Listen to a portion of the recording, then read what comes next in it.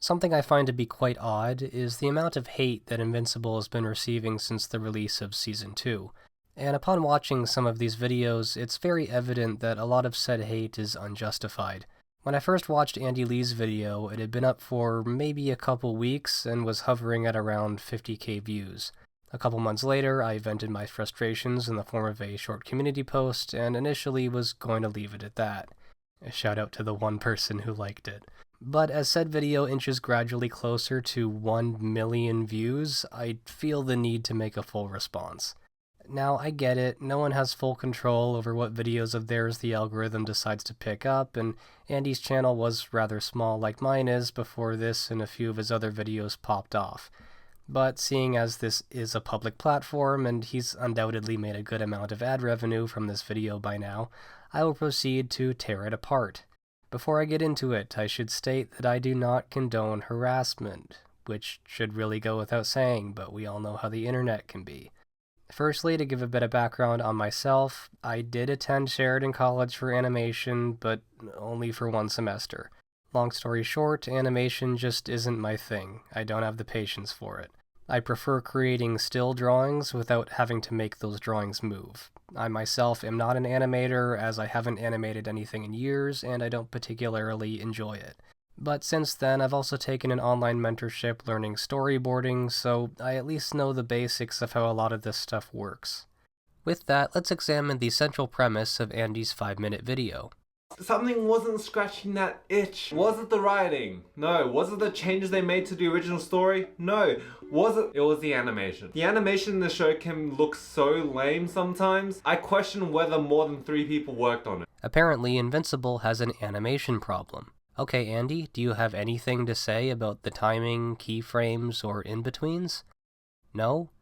Then why are we hearing about this from you? And it might be because I've done animation in the past. Ah, I see. He's dabbled in animation a bit, as a hobby. You know, I specifically avoid talking about animation on this channel because I don't consider myself to be knowledgeable enough in it. And I say that as someone who briefly went to animation school. I do have videos critiquing story and character writing because that's something I'm actually good at and have some previous experience doing. I would be curious to see examples of this animation that Andy has produced, but sadly he doesn't provide any. What Andy does provide is exactly 2 examples of Invincible's bad animation, one being a clip of Mark tossing an elephant man into a car.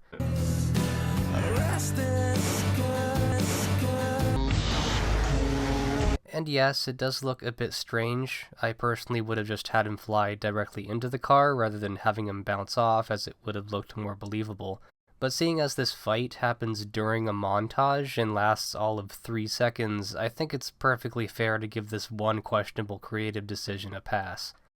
The second example, shown later in the video, is of the Immortal just exiting a scene. That's literally all that happens. A scene, by the way, that takes place in space. Of course, the animators are just going to shrink the character model into the background.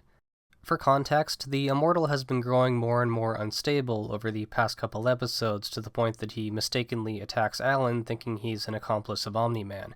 He's supposed to look awkward and defeated in this scene because he's realized he's not of sound mind and he's embarrassed about it.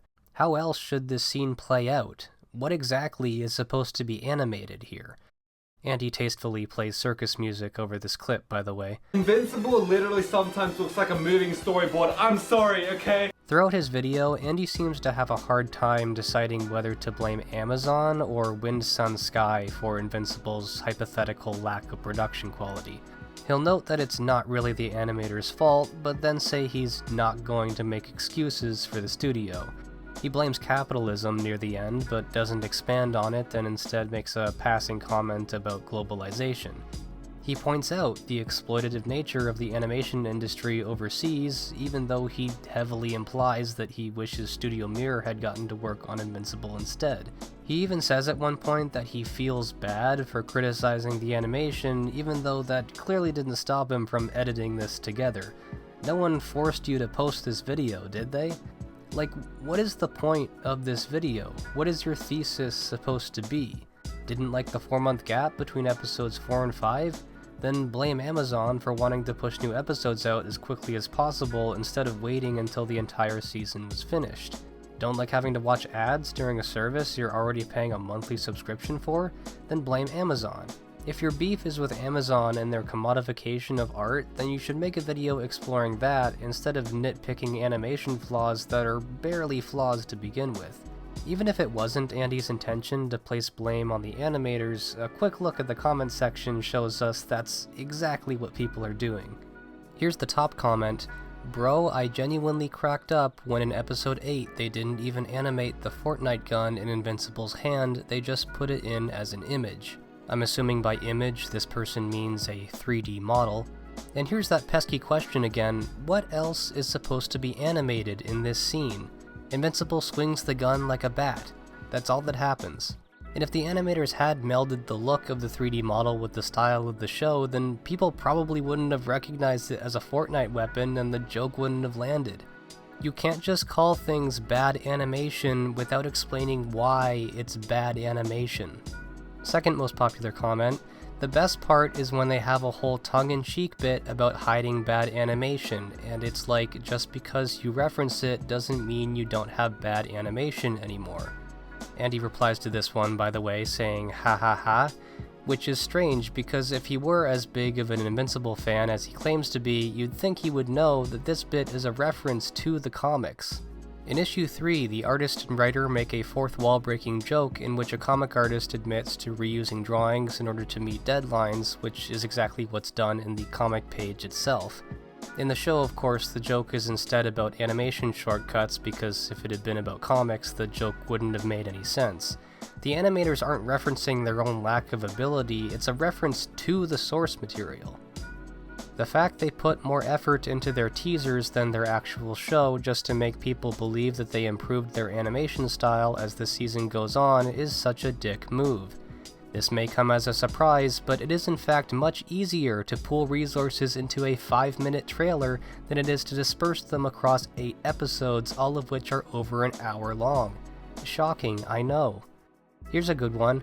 At a certain point, it's a competency issue. Legend of Vox Machina has a yearly release schedule, and the animation is fluid and dynamic. Invincible can barely draw faces in motion correctly over the course of 4 years. Because not everything needs to be on model when it's in motion, idiot. What are you doing, pausing the animation frame by frame even though it's a medium that's meant to be viewed in quick succession? I can't stand these people. Just because you watch a lot of anime does not mean you know how to animate.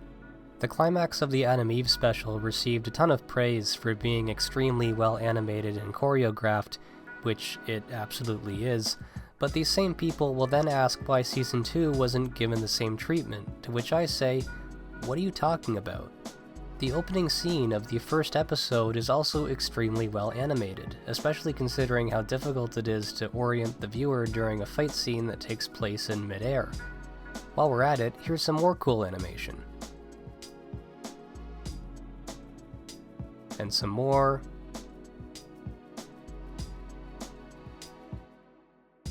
And some more.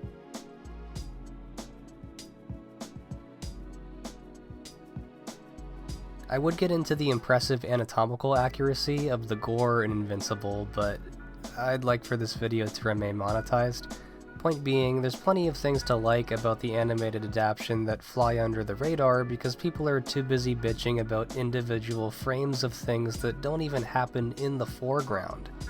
I think the mistake that Andy is making when he compares X-Men 97 to Invincible is that he's conflating special effects with animation. But they're not the same thing. X-Men 97 is very stylish. Studio Mirror puts a lot of attention towards the special effects. But having watched a few clips of 97 myself, I can't say that the movement, camera choices, or pacing is any better than what's been achieved with Invincible. And in my own opinion, the creativity of that Adam Eve fight blows every fight from X-Men 97 out of the water. Would it have been nice to see Invincible in a more distinct style compared to the simple line work typical of most animated DC movies? Sure.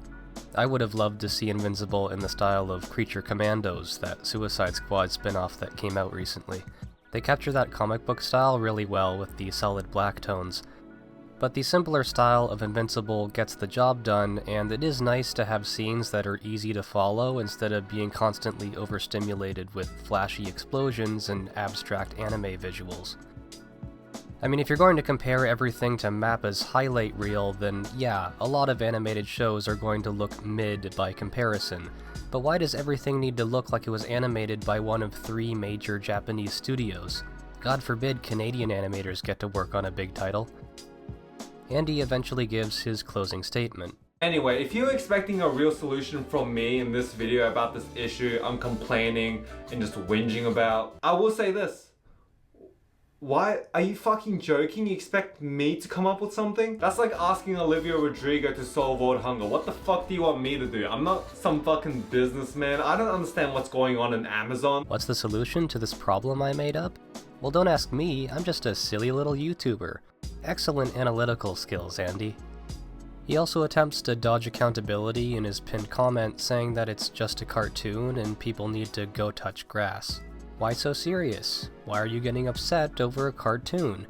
What upsets me, Andy, is that when you criticize the production quality of an entire season of animation, you're also putting down everyone who worked on it, so you need to have some good reasons for doing so.